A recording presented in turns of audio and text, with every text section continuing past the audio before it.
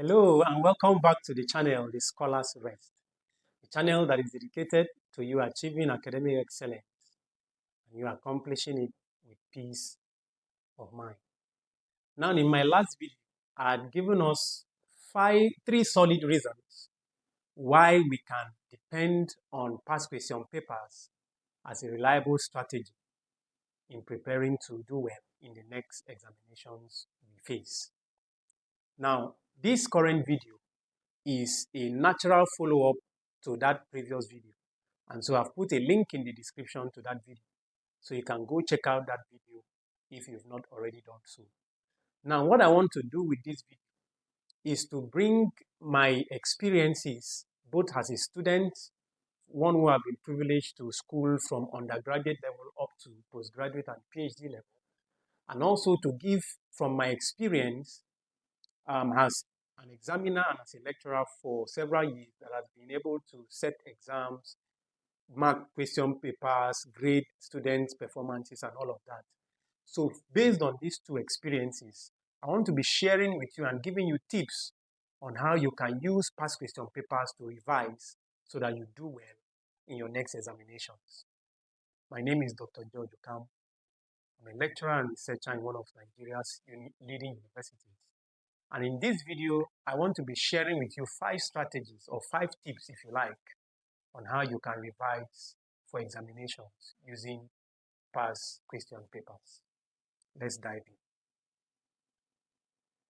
So the first strategy is to take a look at the past question paper early. And by taking a look of the past question papers early, I recommend looking at the past question paper around the middle of the semester. Now, by looking at the past question papers that early, a few things are going to happen. At least 2 emotions are going to come out. Number 1, there's going to be excitement. And number 2, there's going to be a push for you to go work harder. Now, by looking at these past question papers early, you are going to be excited because obviously by middle of the semester, about 50 to 60% of the content of that course would have already been taught in the lectures and the classes. So when you look at the past question paper around mid-semester, you will obviously notice certain questions in the past question paper for which you have already learned about them in the classes. And so you feel excited that, oh, I can attempt this one. So excitement is going to build. But on the other hand, too, you will also see in that past question papers certain questions that you have no clue about, probably because you have not yet dealt with those things in class. And also, you will also realize from looking at those past question papers that there may be some questions in that past question paper for which you may have already been taught in class. But because you didn't give it attention or pay attention to it, you just realize that at that moment in time, you have learned this thing in class, but you cannot solve that particular question. And so that is going to spoil you to work harder.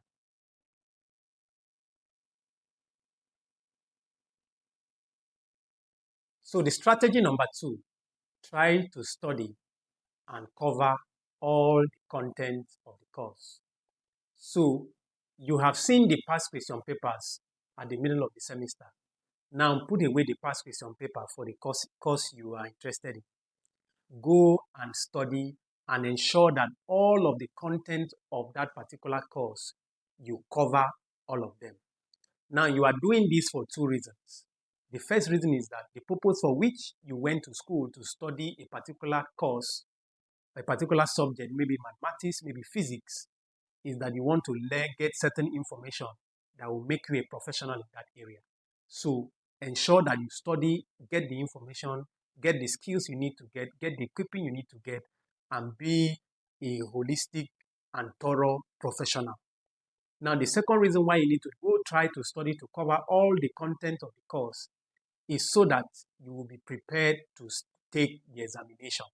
Now, since the exam is going to come from all of the various content of that course, by ensuring that you touch all the content of the course, you are better prepared for that next examination. So strategy number 3, take a mock examination. take a mock examination. So what does that really entail? Now, and I would always advise, if you want to take the mock examination, do it close to when the examinations for your school is about to start. So let's say 2 to 3 weeks before the commencement of the general examination in school, I will advise that you take a mock examination. Now, what that means is that for any given course, you go find past question papers, maybe 2, 3, 4 years or 5 years behind. Find past questions that you can find, and then select any one of them as the one for which you are going to use to do a mock examination. Now, in doing the mock examination, I will recommend that you simulate as much as possible the conditions of that particular exam. So, for instance, if you pick that past question paper for which you want to do a mock examination, look at it. There's going to be a duration for that examination. So, in doing the mock examination, ensure that you block out the same duration and take that mock examination within the duration of that past exam. If the past question paper said that you shouldn't go to that examination with a mobile phone, with mobile devices, with your books, then ensure that when you are doing the mock examination, you put away all of those materials and ensure that you are not trying to gain any advantage in the mock examination. So the trick in doing the mock examination is to simulate as much as possible the conditions of the main examinations.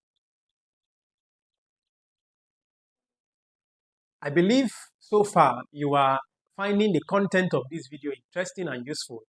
I'll please like you to like this video. I'd like you to subscribe to the channel, and I also please request that you share these videos with your friends and with your colleagues in school, your classmates.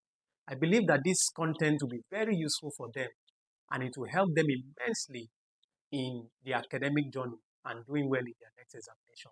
So be that bridge that helps another friend and another colleague do well in the examination. So please share the video. Get on to the comment section. I'd like to know what you think about this current video.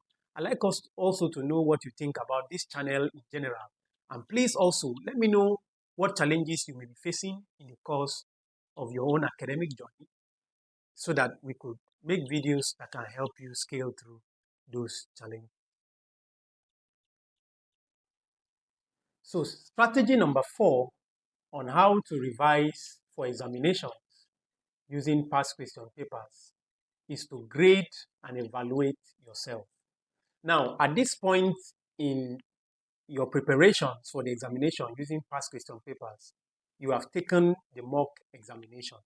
So now that you've taken the mock examination, use the past question paper, use the answers from the mock exam that you just did, and use all of your lecture materials as the marking scheme, and then use the distribution of the mark in the past question paper, and then grade yourself. Now, at this point, you should not be too generous with yourself. Be very objective, fail yourself where you need to fail yourself, and then do the grading of the entire exam you did so that you come up with the total score you had for that mock examination. Now, what this does for you is to give you a reality check of how prepared you are for the exam you are about to go take. Now, having graded and evaluated your paper, the exam you just did, the mock examination, before you move on from this stage, you should do something else. Ensure that you go back and revise and revisit the areas where you did poorly in that mock examinations. So for instance, question 2 had A, B, C, and you did well in question A, but B and C, you did very poorly. So you might need to go back, gather the materials, read up the aspect of the course that has to do with question B and question C, and then try to use everything you've learned in the areas that you did poorly in the mock examination. So my 5th and final strategy is to troubleshoot. Troubleshoot, troubleshoot, and troubleshoot again. Now, you have done an entire mock examination. You have gone through a process, you have arrived at a mock examination, you have taken the examination, and you have the result of that mock examination before you. That result should be telling you a lot of things about your strengths, your weaknesses, and all of that, and your performance as well. So, in troubleshooting, you are bringing all the experiences you had from that mock examination and the entire process up to the examination.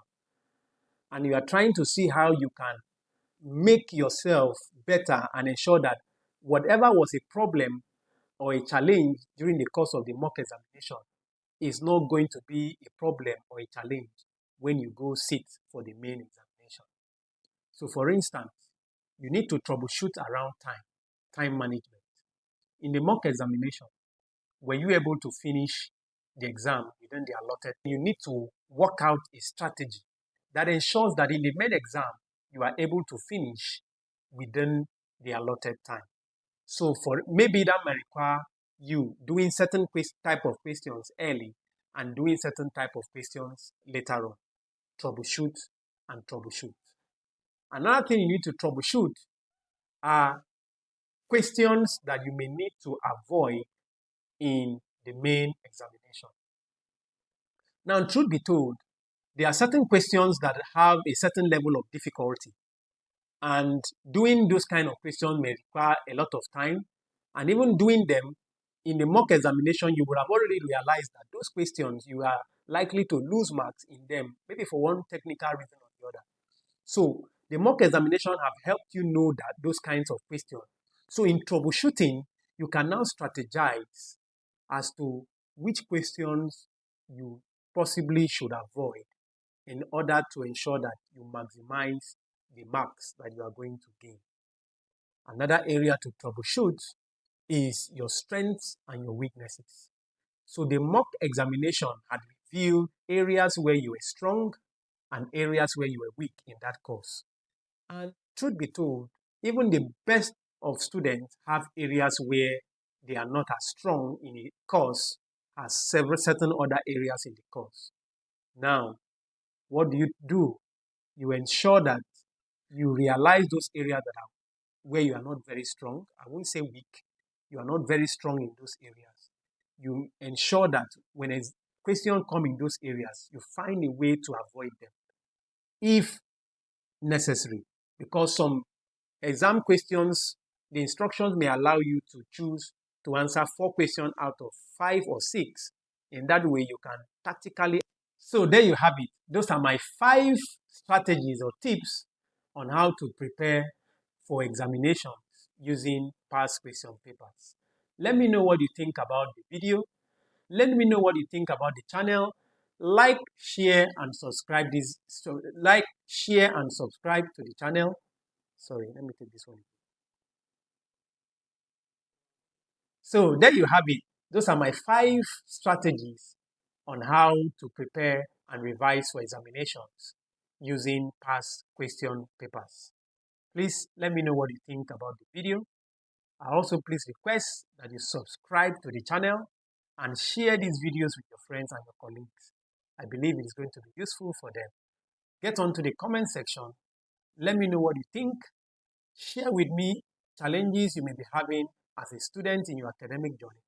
And if we can bring content your way that can help you tackle those challenges. Thank you very much for your time, and I'll see you in the next video. Bye for now.